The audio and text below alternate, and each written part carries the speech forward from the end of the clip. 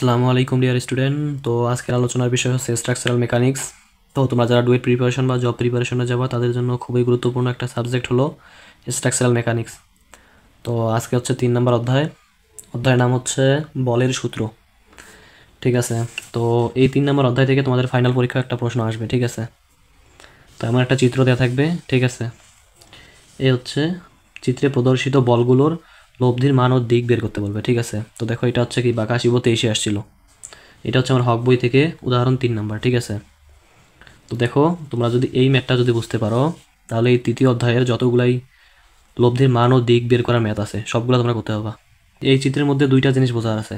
প্রথমটা হচ্ছে আমার এই হেলানোর যে বলগুলো কাজ করবে, এই হেলানোর যে বলগুলো কাজ করবে। ঠিক আছে, এই বলগুলোর মধ্যে আমার হচ্ছে কি দুইটা উপাংশ পাওয়া যাবে, একটা হচ্ছে হরিজেন্টাল বল, একটা হচ্ছে ভার্টিক্যাল বল। ঠিক আছে, এখানেও দেখো এই হেলানো যে বলটা কাজ করছে এখানেও দুইটা উপাংশ পাওয়া যাবে, একটা হচ্ছে হরিজেন্টাল, একটা হচ্ছে ভার্টিক্যাল। ঠিক আছে, তো এখানেও একই অবস্থা, এইদিকেও একই অবস্থা। ঠিক আছে, তো আরেকটা এখানে জিনিস দেয়া আছে, এটা হচ্ছে একটা ত্রিভুজ দেয়া আছে। তো ত্রিভুজের দেখো ভূমির মান দেয়া আছে। ঠিক আছে, হরিজেন্টাল মান দেয়া আছে আর হচ্ছে কি ভার্টিক্যাল মান দেয়া আছে, অতিভুজের মানটা নেই। ঠিক আছে, তো এখন হচ্ছে আমার কি অতিভুজের মানটা আগে বের করতে হবে। তো আমরা কি অতিভুজের সূত্র সমান কি জানি? রুট ওভার লম্ব স্কোয়ার প্লাস হচ্ছে ভূমি স্কোয়ার। ঠিক আছে, তো লম্ব স্কোয়ার প্লাস লম্ব হচ্ছে আমার কত 3 আর ভূমি হচ্ছে 4। ঠিক আছে, তো এটা ক্যালকুলেশন করলে 5 আসে। তাহলে আমার হচ্ছে কি এই অংশটার মান হচ্ছে 5, এই অতিভুজটার মান হচ্ছে 5। ওকে, এখন দেখো, এখন আমাদের এই বোঝার কাজটা শেষ। ঠিক আছে, এখন হচ্ছে আমার কি, তো প্রথমত আমার হরিজেন্টাল বলগুলো যে অনুভূমিক বলগুলো আছে এই বলগুলোর মানটা যোগ করতে হবে।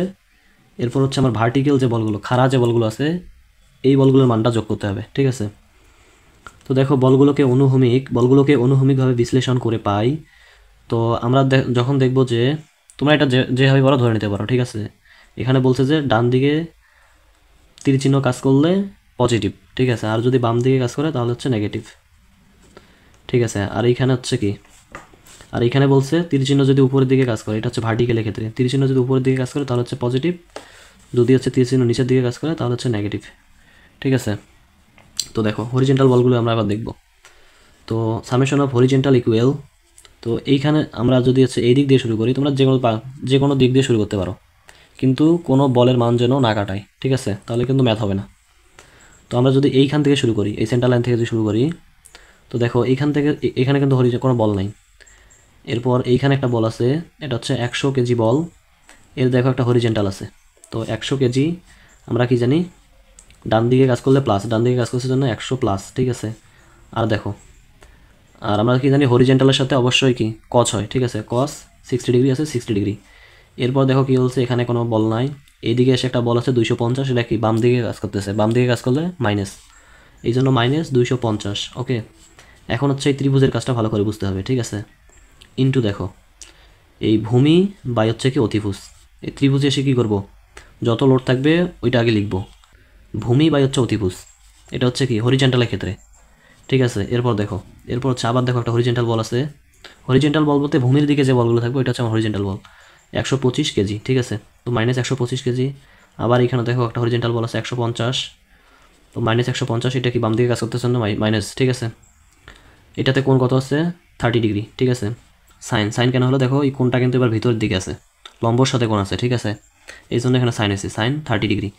প্লাস প্লাস কেন, দেখো এবার হচ্ছে কি বলটা হরিজেন্টাল বলটা ডান দিকে কাজ করতেছে এই জন্য প্লাস। তো প্লাস দেখো 200 কস কত 50 ডিগ্রি, কস কেন, কোনটা আসছে আমার কি ভূমির সাথে আছে। ঠিক আছে, এই জন্য কস। ওকে, তো এটা ক্যালকুলেশন করলে কত আসবে, 221.44 কেজি। ঠিক আছে, এবার হচ্ছে আমার ভার্টিক্যাল বলগুলো নির্ণয় করতে হবে, উলম্ব যে বলগুলো আছে।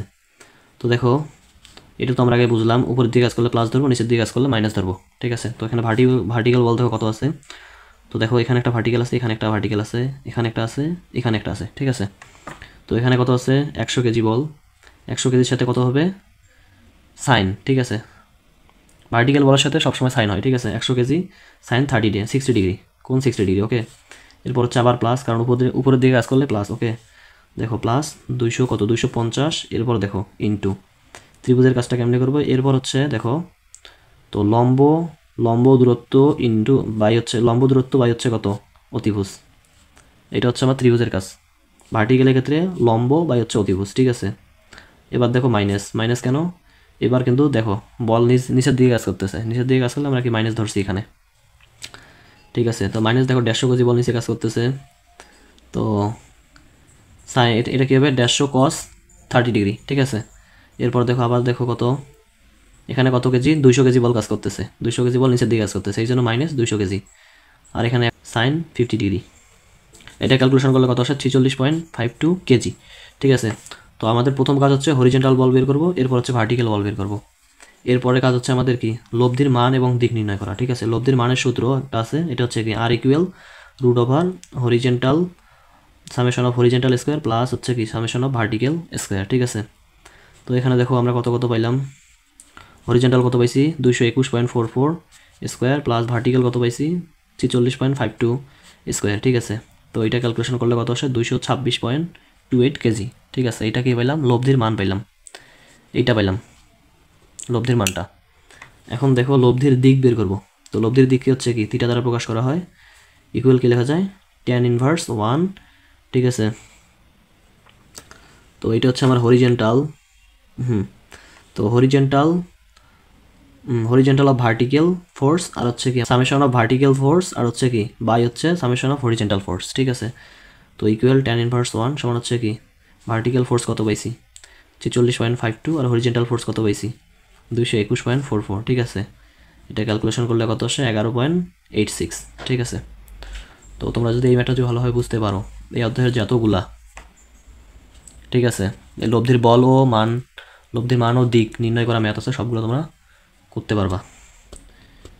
তো সর্বপ্রথম হচ্ছে কি হরিজেন্টাল বের করতে হবে, তারপর ভার্টিক্যাল, এরপর হচ্ছে কি লব্ধির মান, এরপর হচ্ছে দিক।